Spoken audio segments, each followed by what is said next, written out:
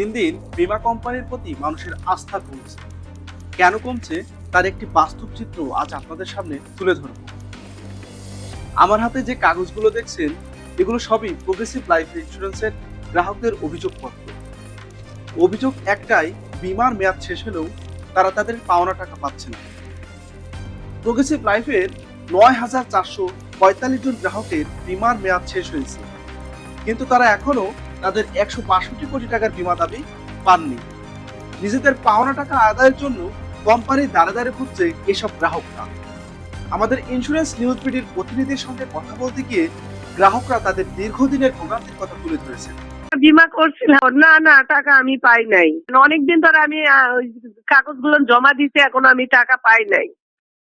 তারা আমাকে কিছু বলেই নাই, খালি বলছিল যে ঠিক আছে আপনার এই কাগজগুলো আমাকে দেন, আমি ওটি জমা দিই, তারা কি বলে সেটা পরে আমি আপনাকে জিজ্ঞাসা বলবোই।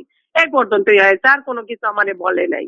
আমি ফোন দিতেছি যে আপা কি হলো ভাই আপনার এখনো কোনো খোঁজ আসে না, আসলে আপনি বলতাম তো। এই পর্যন্ত আমাকে বলে রাখেন, আবার রাগ করে এই ২-৩ মাস ধরে আর দেই না ভাই। যে একটা পিছনে এতবার বলে কোনদিন কাজ করা যায়? এত কষ্ট করে রাখলাম। হ্যাঁ, আমি অভিযোগ দিয়েছিলাম। আমি টাকাটা সময় মতো পাইনি। এর আগেও যে প্রথম টাকা সেটাও আমি অনেক করে তাদের সাথে অনেক কথা হয়েছে। তারপরে কি করে পাইছিলাম, পরের টাকাটা নিয়ে খুব ভোগান্তি হয়েছে। দিয়ে আমি মানে যাই হোক, এই টাকা না পাওয়া নিয়ে আমি এটা কি অভিযোগটা দিয়েছিলাম। একবার কি মেবি ২ বার দিয়েছিলাম আমি। আচ্ছা, নিয়ন্ত্রক সংস্থা থেকে কি জানিয়েছে আপনাকে? যে বলেছে, যারা কি আশ্বাস দিয়েছিল যে অল্প সময়ের মধ্যে বা আমরা নিচ্ছি, দেখতেছি? না এরকম কিছু বলেনি। তারা বলছিল দেখছি আমরা বিষয়টা। অনেক সমস্যা হচ্ছে।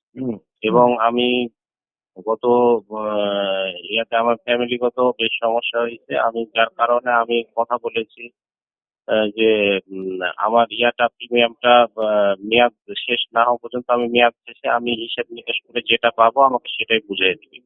আমি এর জন্য অপেক্ষা করছি মূলত। এটা বড় প্রিমিয়াম ছিল, তো একটু কাইন্ডলি একটু গুরুত্ব সহকারে দেখবেন। হ্যাঁ, সবচেয়ে অবাক করা বিষয় হলো, এত অভিযোগ ও ভোগান্তির পরও নতুন করে ৭,৯৪৫ জন মানুষ প্রোগ্রেসিভ লাইফে বীমা পলিসি করেছেন। তবে শুধু ৯,৪৪৫ জন গ্রাহকের পাওনা টাকা পরিশোধ করলেই কোম্পানির দায়িত্ব শেষ হবে না, কারণ বর্তমানে আরো ৭৮,০০০ গ্রাহকের পলিসি রয়েছে প্রোগ্রেসিভ লাইফে। ভবিষ্যতে তাদের দাবিও পরিশোধ করতে হবে। এদিকে কোম্পানির সর্বশেষ তথ্য অনুযায়ী প্রোগ্রেসিভ লাইফে ফান্ডে রয়েছে মাত্র ৬৯ কোটি ৩৫ লাখ টাকা। উদ্বেগের বিষয় হলো, এই ফান্ড আর বাড়ছে না, বরং গত ১ বছরে ২৪ কোটি ১৮ লাখ টাকা কমে গেছে। এখন প্রশ্ন হলো, যে কোম্পানি ইতিমধ্যে হাজার হাজার গ্রাহকের বীমা দাবি পরিশোধ করতে পারছে না এবং যার তহবিলও কমছে, সেই কোম্পানিতে নতুন করে বীমা করলে মেয়াদ শেষে গ্রাহকরা কতটা নিশ্চিন্তে তাদের পাওনা পাবে?